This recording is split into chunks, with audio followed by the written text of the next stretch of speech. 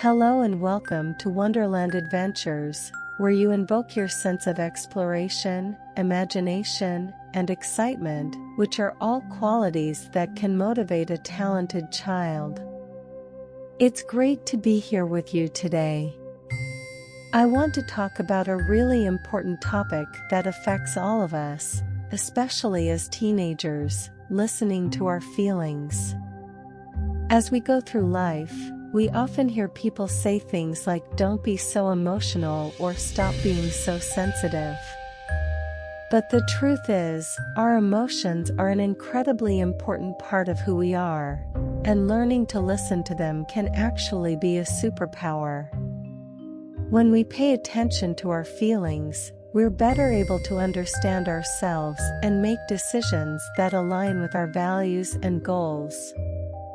If we ignore our emotions, we might end up doing things that don't feel right or make us unhappy.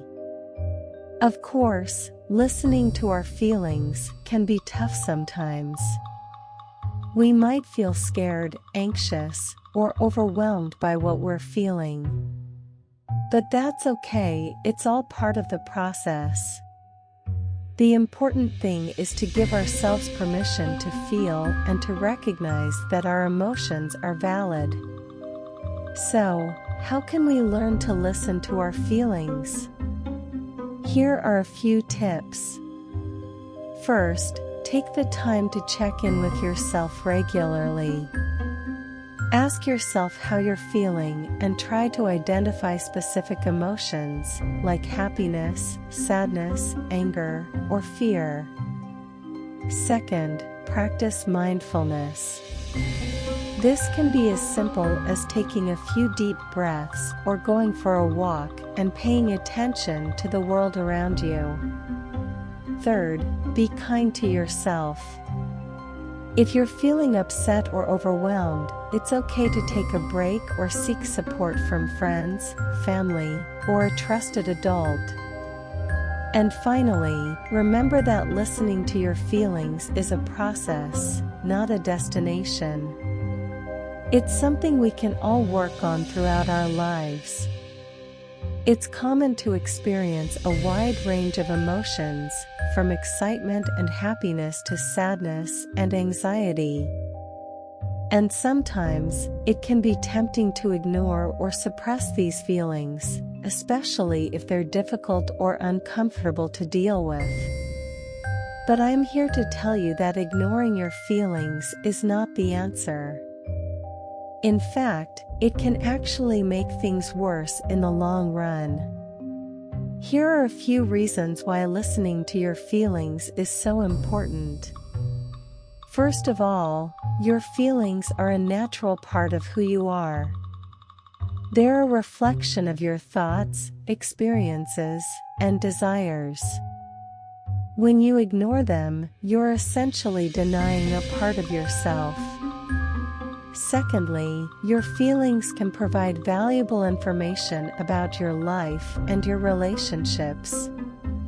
If you're feeling anxious about an upcoming test or event, for example, that might be a sign that you need to prepare more or seek support from others.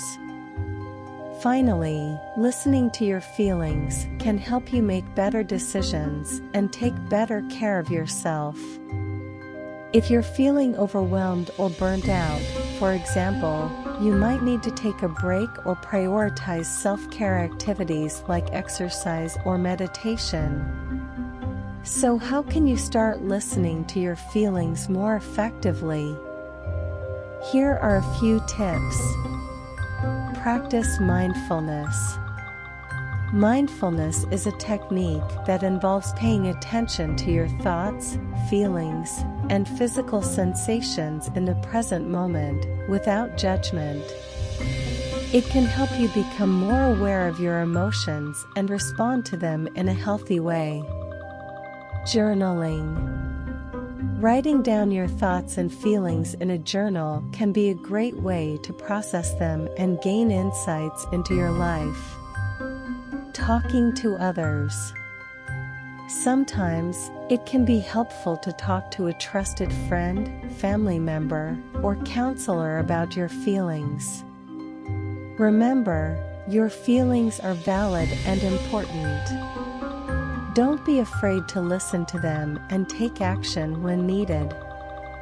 With practice, you can develop a stronger sense of self-awareness and emotional intelligence, which will serve you well throughout your life. Finally, your feelings matter. They're an important part of who you are, and learning to listen to them can help you live a happier, more fulfilling life. So, let's embrace our emotions and make them work for us. Thanks for listening.